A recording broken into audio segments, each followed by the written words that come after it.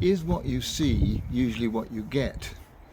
Well, I was made to think a little bit about that when I read about today, the anniversary of Hitler's suicide in 1945. It was described by someone who had been his personal assistant, who was actually there at the time, Traudl Junge. She started off simply being a secretary, but apparently Hitler used to enjoy the company of people over meals who had nothing to do with politics or the war or anything, so that he could relax. And she was one of the people frequently invited to share a meal with him and with others. And she describes him as someone who had a good sense of humour. He was patient, he was kind, he was always very polite. He was somebody who behaved impeccably, and for a long time after his death, she couldn't understand why everyone said how evil he'd been, and only towards the end of her life did she come to accept that he'd done a great deal of harm. So what she saw isn't at all what she got, or what everyone else got. It's also true the other way around. I think tomorrow, the 1st of May, is the birthday of Joanna Lumley, who comes across, particularly because of playing Patsy and Absolutely Fabulous, she comes over as very posh, someone who really only enjoys drinking and having a good time and smoking her cigarettes and so on.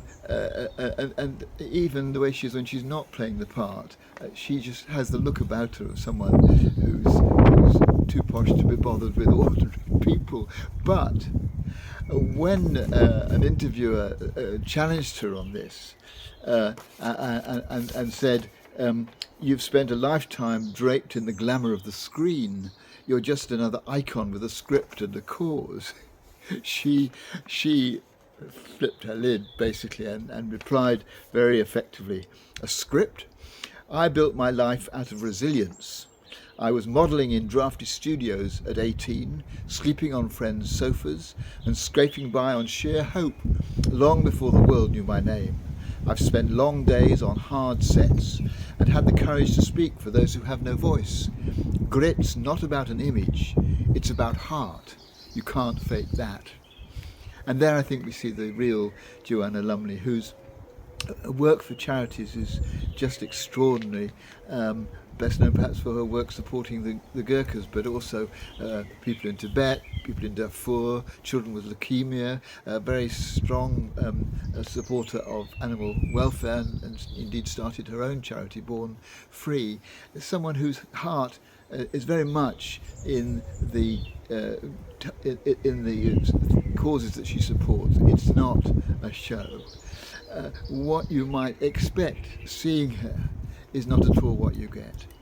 And so both in terms of someone looking nice but not being, and someone looking posh but having a great deal of heart in them, not as empty as perhaps she originally looked, we get this sense that you can't judge people, you can't judge a book by its cover, as the saying goes.